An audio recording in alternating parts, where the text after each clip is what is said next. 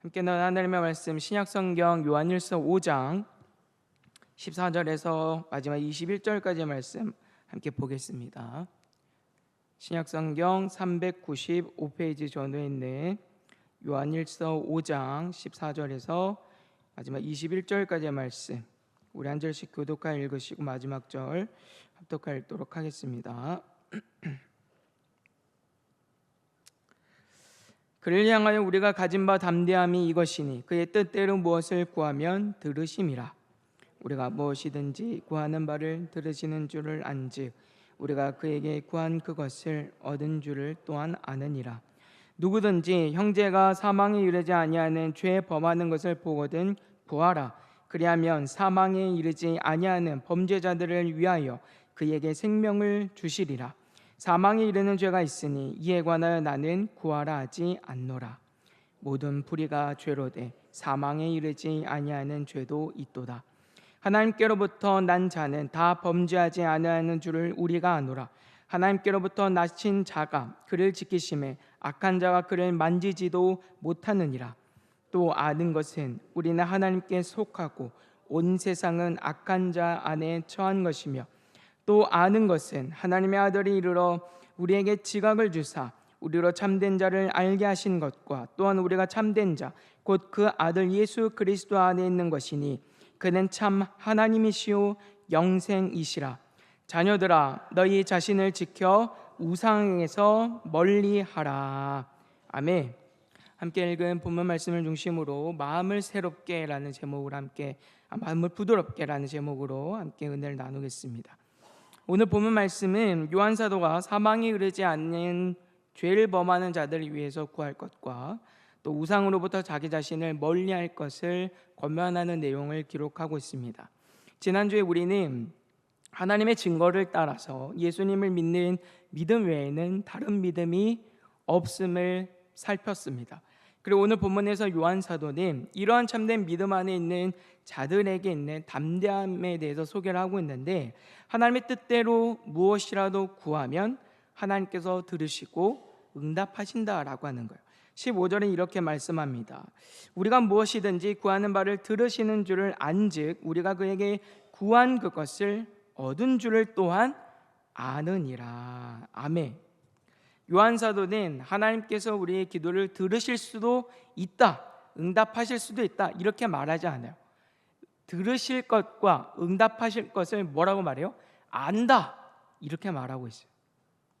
우리의 간구를 들으시고 하나님께서 응답하심에 대해서 조금의 의심도 없습니다. 확신하고 있어요. 되면 좋고 안 되면 어쩔 수 없고 이런 태도가 아닙니다.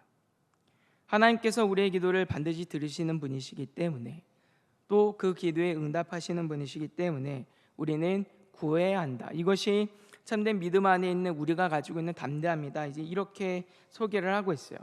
그러나 확신만 가지고 구한다고 얻는 것은 아니죠.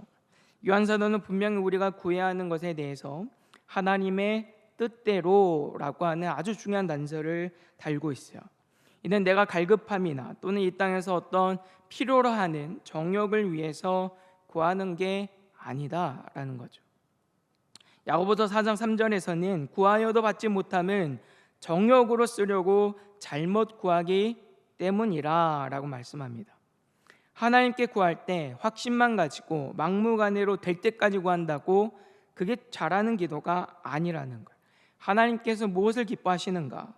하나님의 성품과 우리 주님께서 우리에게 보이신 그 뜻을 따라서 구하는 지혜가 우리에게 필요하다라는 말입니다.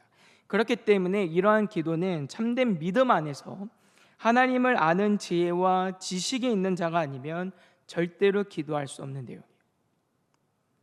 그렇다면 요한 사도가 여기서 갑자기 기도에 대해서 말하고 있는 이유는 무엇일까요? 이는 전혀 새로운 주제를 말하고자 하는 것이 아닙니다. 참된 믿음 안에 있는 자로서 자기 자신뿐만 아니라 아직 이 믿음 안에 있지 못한 그러한 자들을 위해서 기도하라라고 말하고 있기 때문이죠.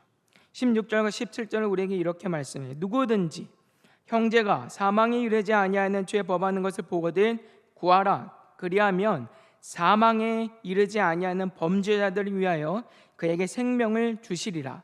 사망에 이르는 죄가 있으니 이에 관하여 나는 구하라 하지 않노라. 모든 불의가 죄로되 사망에 이르지 아니하는 죄도 있도다. 아멘.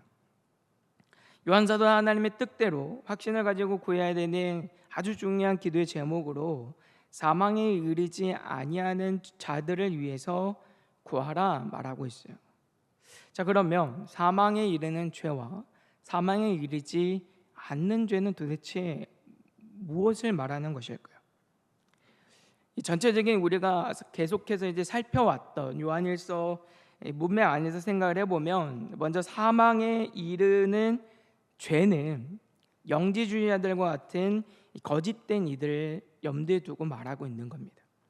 우리가 계속해서 살펴왔던 것처럼 예수님을 하나님의 아들로 믿지 않고 예수님의 성육신을 부인하고 하나님의 말씀에 계속해서 불순종하고 죄악 속에 방종하며 살아가고 더 나아가서 형제를 미워하고 사랑하지 않는 일들을 말하고 있는 거예요.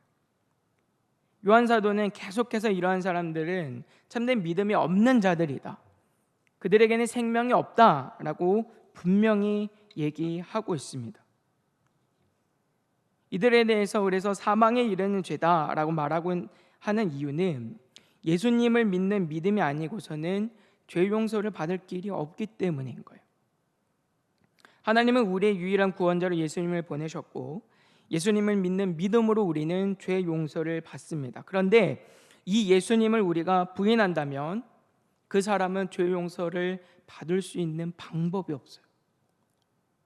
생명을 얻을 길이 없다, 그 말이에요.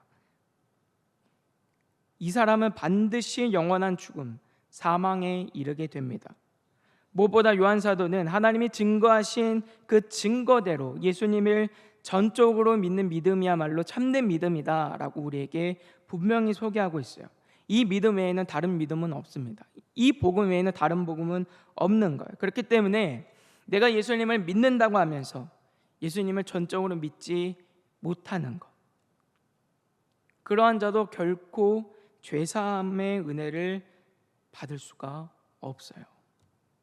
특히 영지주의자들은 예수님의 성육신을 부인함으로써 예수님의 속죄와 예수님의 대속의 그 죽음을 부인하였을 뿐만 아니라 예수님을 부인함으로 그 누구를 부인합니까? 죄인을 구원하신 하나님의 사역과 하나님의 능력을 부인했던 거예요. 이들이 아무리 신비한 체험을 많이 하고 능력을 행사하고 대단히 종교적이고 신앙적인 모습을 갖추고 있다 하더라도 이들은 결코 죄 용서 받을 길이 없습니다. 그렇기 때문에 이들은 사망에 이르는 죄를 짓고 있는 거예요. 이처럼 사망에 이르는 죄는 예수님을 부인하고 하나님이 증거하신 대로 예수님을 믿지 않는 일들에 대해서 말을 하고 있는데, 이러한 죄가 가지고 있는 아주 중요한 특징 가운데 하나는 무엇이냐면 의도적이고 고의적으로 예수님을 부인하고 믿지 않는다는 데 있어요. 영지주의자들과 같은 이 거짓된 이들이 예수님을 부인하는 것은 예수님에 대해서 잘 모르기 때문에 부인한 게 아니죠. 이들 나름대로 하나님에 대한 지식도 있었고 예수님에 대한 지식도 있었어요. 무엇보다 이 사람들은 사도들과 또 복음의 증인들이 증거했던 예수님을 충분히 믿을 수 있을 만한 증거를 받은 사람들입니다. 지금은 비록 이들은 교회 공동체 밖으로 내쫓김을 당한 상황이지만 그 전에는 이 교회 공동체 안에 함께 머물러져 있는 사람들이었기 때문에 이들은 분명히 사도가 그리고 복음의 증인들이 전했던 참된 믿음과 그 복음이 무엇인지에 대해서 들었고 아는 사람들이죠. 그렇다면 이들은 얼마든지 예수님을 믿을 수 있는 거예요. 그럼에도 불구하고 이들은 예수님의 성육신을 부인하는 겁니다. 예수님을 믿기를 거부하는 거예요. 이들은 분명한 하나님의 역사와 은혜가 무엇인지 알면서도 의도적이고 굉장히 고의적으로 예수님을 부인하고 대적했다라고 하는 거예요.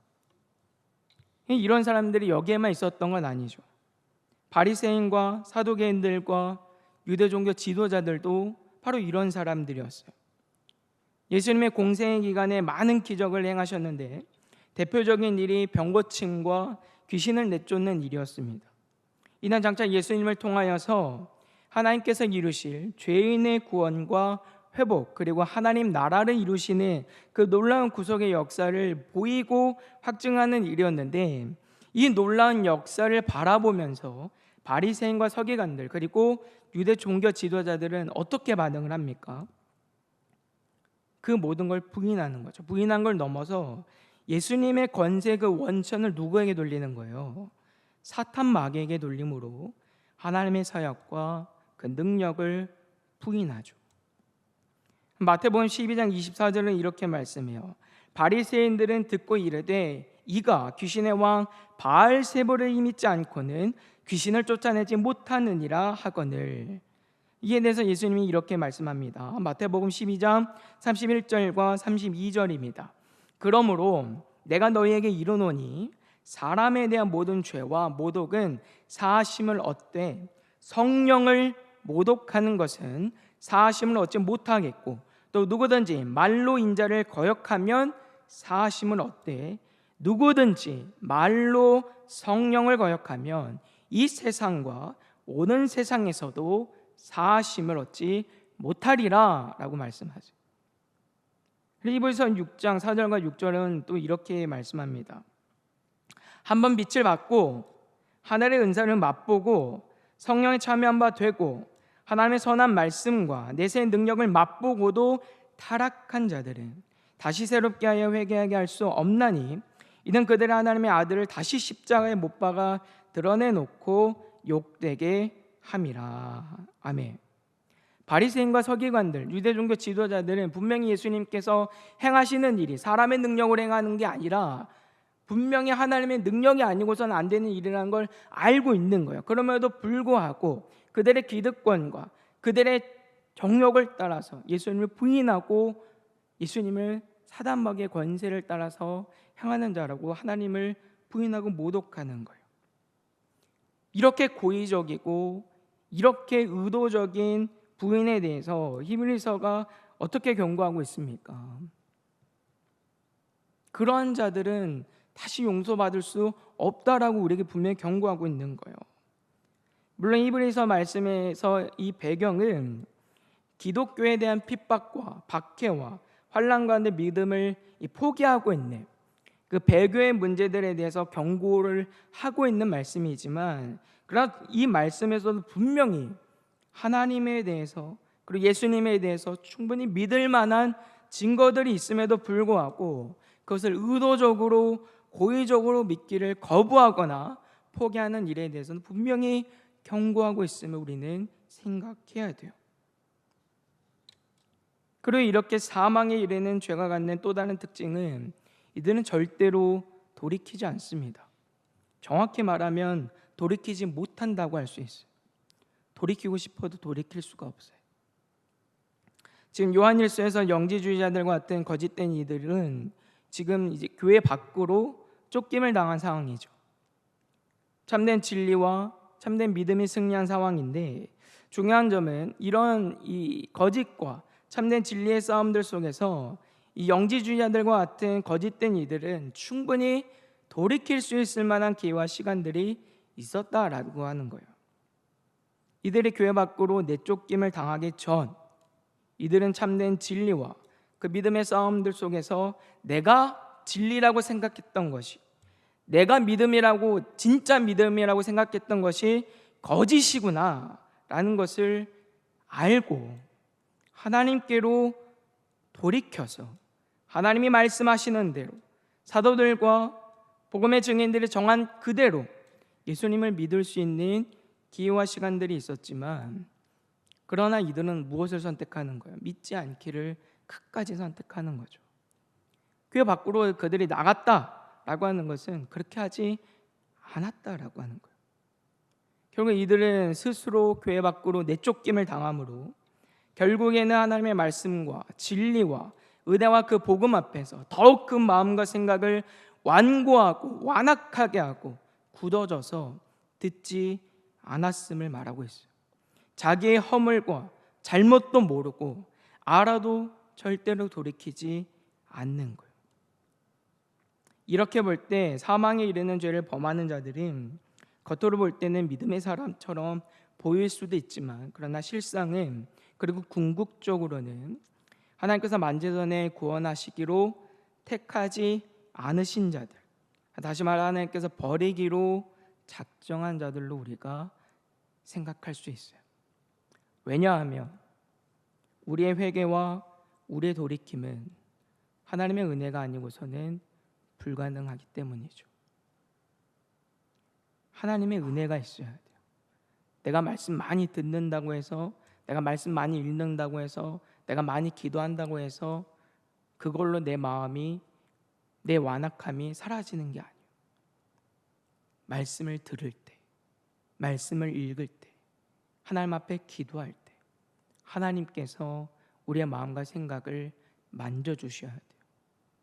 알게 하셔야 돼요. 부드럽게 하셔야 돼요.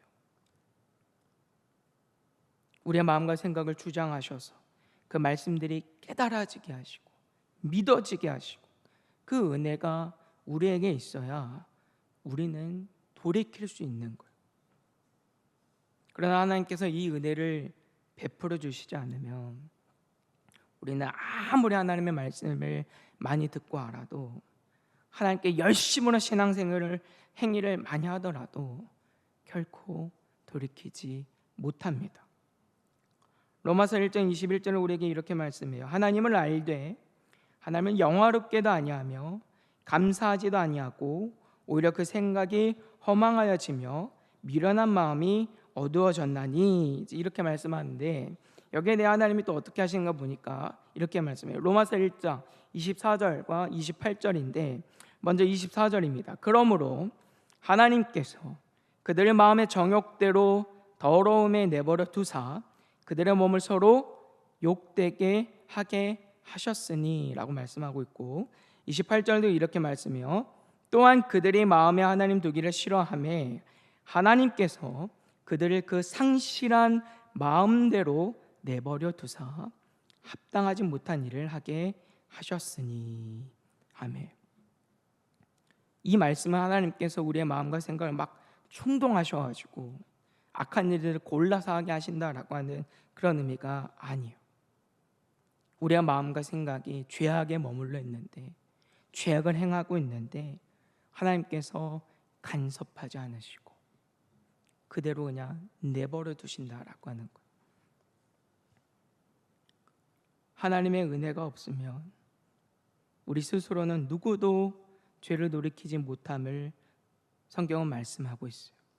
이로 보건대 사망에 이르는 죄를 범하는 자들이 끝까지 하나님께 돌이키지 못함은 결국은 하나님께서 그들의 마음과 생각을 만지지 않으시고 내버려 두시기로 결정하셨기 때문이고, 이는 곧 그들의 하나님 앞에서 만세전에 구원받을 자가 아니라 버림받기로 택정된 자들임을 우리는 생각할 수 있습니다. 그래서 에스겔서 같은 말씀은요, 하나님께서 우리를 회복시키시고 돌이키게 하시는 그 모습에 대해서 무엇을 말씀하는가 보니까 우리의 마음을 부드럽게 하신다, 새롭게 하신다라고 설명을 하는 거예요. 에스겔 11장 19절과 20절입니다.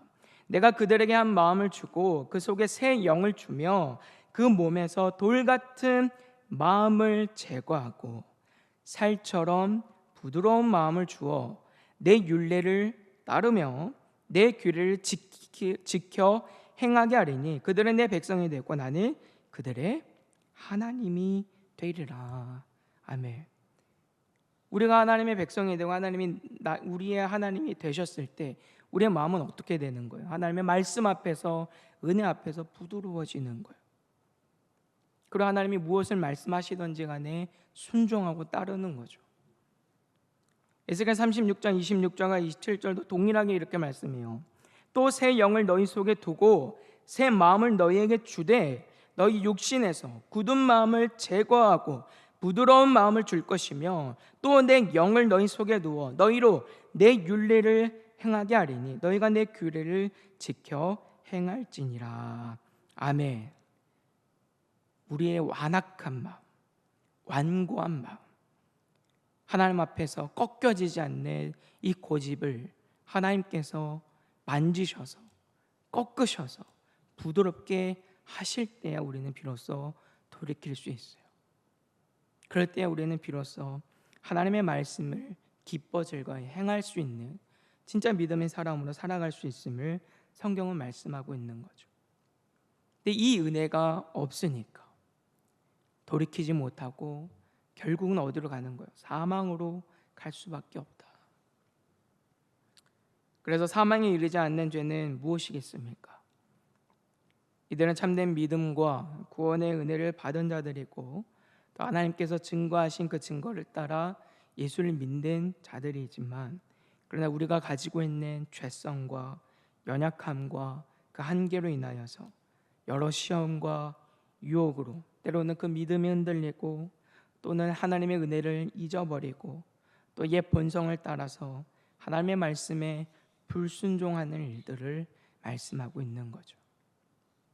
그러나 중요한 점은 하나님께서는 이들을 죄악의 구렁텅이에 그대로 내버려 두지 않으신다라고 하는 거예요.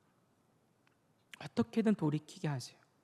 하나님의 말씀을 통해 그 죄를 알게 하시고 하나님께로 돌아서게 하십니다. 여전히 추하고 여전히 더러운 모습들이 있지만, 그럼에도 그 예수 그리스도를 믿는 믿음으로 그 예수님만을 의지하여서 하나님 앞에 담대히 서 있게 하시는 거예요. 그래서 16절에 보시면 요한사도는 누군가 사망에 이르지 아니하는 죄 범하는 것을 보고 하나님 구하면 하나님이 뭐라고 말씀하세요? 그에게 생명을 주실 것이다 라고 말씀하고 있고, 또 주님께서 보호하고 지키실 것에 대해서도 18절은 우리에게 이렇게 말씀합니다. 하나님께로부터 난 자는 다 범죄하지 아니하는 줄 우리가 아노라. 하나님께로부터 나신 자가 그를 지키심에 악한 자가 그를 만지지도 못하느니라. 아멘. 여기서 범죄하지 않는다라는 말을 우리가 3장에서도 살폈지만, 그리스도인들이 우리가 구원받은 하나님의 백성이라고 해서 전혀 죄를 짓지 않는다, 우리가 하는 모든 것은 다 하나님 앞에서 선한 일이다, 그 말은 아닙니다. 다만 뭐가 다르는 거예요? 죄를 지을 때도 있고 넘어질 때는 너무나도 많이 있지만 그러나 다시 일어날 수 있는 거죠. 지속적으로 반복적으로 그 삶은 그 죄에 그냥 내버려 두지 않는 거예요. 죄를 즐기지 않고요. 또 하나님께서, 우리 주님께서 강권하시는 그 은혜로 참된 믿음의 사람들이 영원한 사망에 이르지 않도록 하나님께서 거듭거듭 우리를 돌이키게 하시는 그 은혜에 대해서 성경이 이렇게 말씀하고 있습니다. 그 일을 지금 누가 하고 계시는 거예요? 에스겔이나 구약에서 하나님이 말씀하신 것처럼 지금 우리 안에 내주 역사하시는 성령 하나님이 그 일을 하고 계시다라고 하는 거예요. 주의 말씀이 들릴 때 그 말씀을 알게 하시고 우리의 심령이 가난하여지고 하나님 앞에 겸손해지고 부드럽게 하셔서 돌이킬 건 돌이키고 죄를 떠나 살아가게 하신다는 거예요. 그러니까 요한사도가 사망에 이르지 않는 죄를 범하는 자를 위해서 간구하라 라고 하는 말은 어떤 의미냐면, 하나님의 도우심과 은혜가 없이는 누구도 이 믿음 안에서, 구원의 은혜 안에서 살아갈 수가 없기 때문에 날마다 하나님의 그 긍휼히 여기시는 은혜를 구하고 구원받은 하나님의 백성의 삶을 살아가야 함을 우리에게 말하고 있어요. 우리가 계속해서 하나님 앞에 불의하고 불법할 때가 너무나도 많이 있기 때문인 거죠. 다만 여기서 한 가지 우리가 오해하지 않아야 되는 것은, 요한사도가 사망에 이르는 죄를 범하는 자들에 대해서 기도를 금하는 것은 아니다라는 점입니다. 16절에서 요한사도는 사망에 이르는 죄에 대해서는 구하라 하지 않는다 이렇게 말하는데, 그들을 위해서 기도하면 안 된다 그런 의미는 아니에요. 사실은 그들을 위해서도 기도하는 게 맞죠. 나만 하나님의 은혜가 필요한 게 아니라 사실은 그들에게도 하나님의 은혜가 필요하잖아요. 무엇보다 우리는 누가 사망에 이르는 죄에 있는지, 누가 사망에 이르지 않는 죄에 있는지 몰라요. 겉으로 보일 때는 이 사람 정말 구원받은 사람이다 싶어도 얼마든지 하나님께서 구원을 주시지 않을 수도 있고요. 이런 사람이 어떻게 예수를 믿어 해도 하나님께서 원하시면 그는 예수님을 믿고 구원받는 거예요. 구약의 역사를 보세요. 하나님은 이스라엘의 하나님만이 아니라 이방의 하나님이시기도 하잖아요. 열방이 주께로 돌아오잖아요. 이스라엘 입장에서는 말이 안 되는 일이지만 하나님은 얼마든지 하실 수 있다라고 우리에게 말씀하고 계시잖아요. 그런데 다만 우리는 누가 구원받은 자인지 구원받지 못하는 자인지 알지 못하는 거죠. 그렇기 때문에 우리는 누구라도 간구하고 기도해야 하는데, 그럼에도 불구하고 오늘 요한 사도가 여기서 구하라 하지 않는다라고 하는 이유는, 요한 사도의 초점은 지금 교회 밖으로 내쫓김 당한 있는, 그러니까 사망에 이르는 죄에 있을 법한 자들에게 있는 게 아니라 깨어지고 흔들린 교회 공동체를 다시 참된 믿음 안에서 세우는데 그 초점이 있기 때문인 거예요. 요한복음 17장에서도 보시면 예수님께서 십자가의 죽으심을 앞두고 제자들을 위해서 기도하시는데, 그때 이제 9절의 말씀을 보시면 주님은 세상을 위해서가 아니라 내게 주신 자들을 위해서 기도한다라고 그렇게 말씀하세요. 근데 이거는 예수님께서 세상에 대해서 무관심하거나 세상은 다 지옥에 갈 거야 이 얘기를 하시는 게 아닙니다. 예수님은 분명히 제자들만이 아니라 세상을 구원하기 위해서 이 땅에 오셨음을 우리에게 분명히 말씀하고 계세요. 그렇기 때문에 예수님께서 세상이 아니라 제자들을 위하여 간구한다라고 말씀하시는 것은 세상이 필요 없다 이런 의미가 아니라, 그들은 다 지옥에 가야 된다 이런 의미가 아니라, 예수님의 초점이 제자들에게 더 맞춰져 있을 뿐인 것이지 세상에 대해서 무관심한 것이 아니라는 거죠.